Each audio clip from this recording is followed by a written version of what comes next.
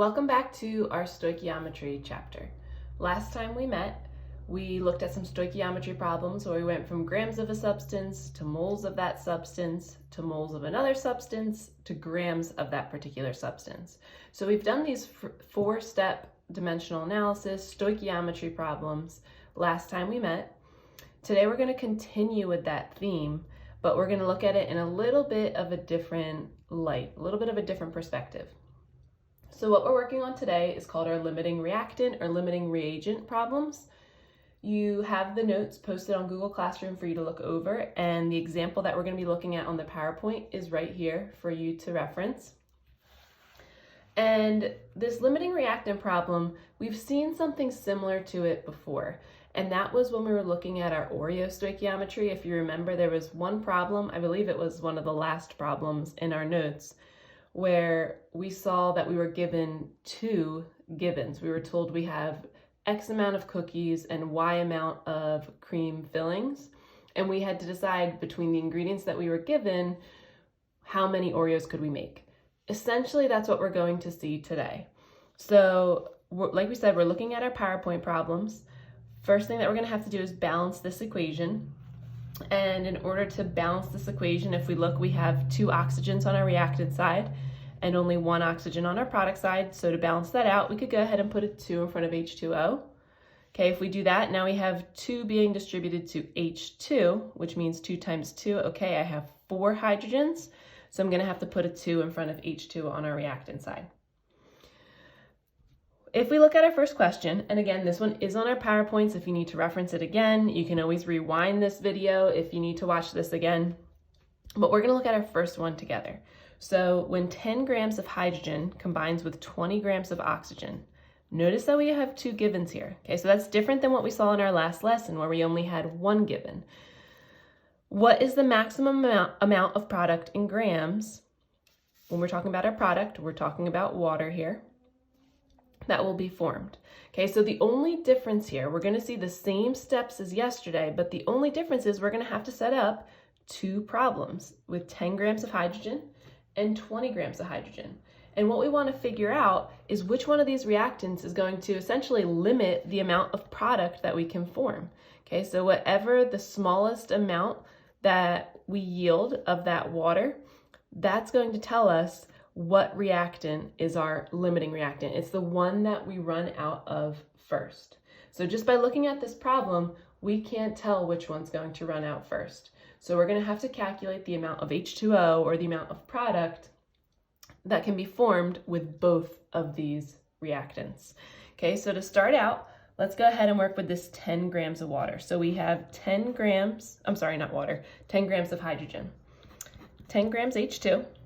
Okay, in order to get to grams of water, we're going to have to convert these grams of hydrogen into moles of hydrogen. So if we look at this formula, we have H2, that means 2 hydrogens make up this molecule. Each hydrogen has a mass of 1, so we're going to know that our molar mass here is 2 grams of H2 for every 1 mole we have of H2. Next step, we need to use our mole ratio. So we need to see how hydrogen and water are related. So it's a 2 to 2 mole ratio. So I want to factor out my moles of H2. So that's going to go on the bottom here. And we're going to moles of H2O.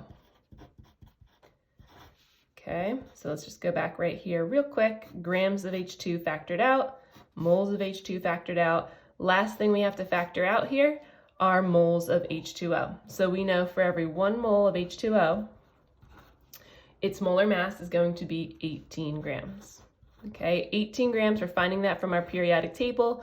We have 2 hydrogens with a mass of 1 and 1 oxygen with a mass of 16. So moles of H2O factor out, and we're left with 90 grams of H2O. Okay, let's try this again with our second given. So we have 20 grams of oxygen. Okay, and next step, we want to factor out our grams of oxygen to get to moles of oxygen. So we know for every 1 mole of any substance, in this case oxygen, it's going to be equal to its molar mass. So the molar mass of oxygen is 32 grams O2. So that factors out. Okay, we're at moles of O2. Now we want to get to moles of H2O. We have to use that mole ratio step. We're always going to have that mole ratio step in our stoichiometry problems. So if we look, we have for every 1 mole of O2, there's nothing written here, but remember we can assume that's a 1 as our coefficient. So for every 1 mole O2, we're going to have 2 moles of H2O. So moles of O2 can factor out. Next step and our last step, similar to what we saw up here, for every 1 mole of H2O, that's just going to be equal to its mass in grams. So again, 18 grams of H2O.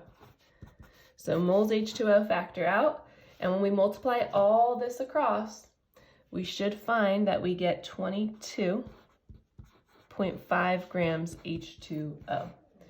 So if we look at these numbers that we got, we're saying that we have enough hydrogen in order to make 90 grams of our product of that water.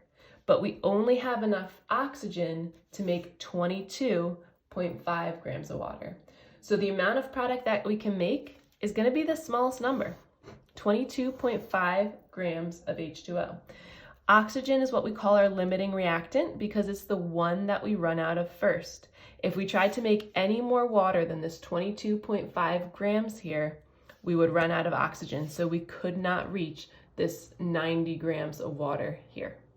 If we had an unlimited amount of oxygen and 10 grams of hydrogen, then we could maybe get to this 90 grams, but we only have 20 grams of oxygen, so this is the maximum amount of product that we can make. If we had any more than this formed, we would have ran out of our limiting reactant. So I hope this helps.